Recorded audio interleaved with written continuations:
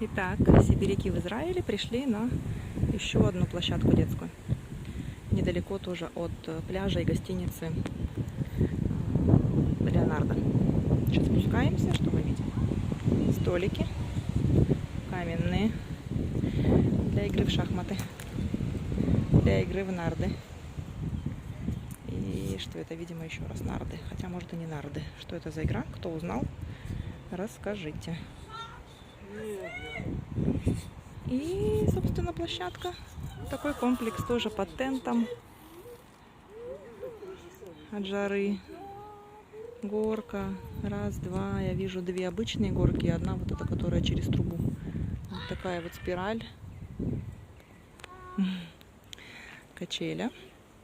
Прикольно, что вот эта качалка, вон они опускаются на резиновые такие штуки, чтобы не отбивать попу себе, да, пока ты на ней качаешься. Вот.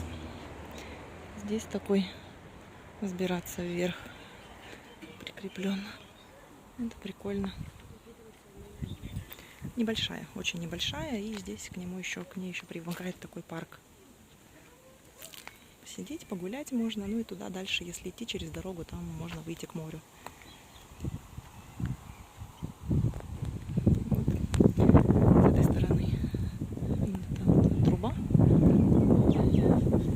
такая сетка. На ней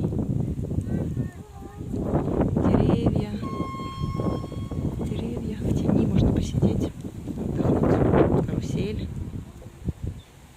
Качели для совсем маленьких и для таких уже постарше.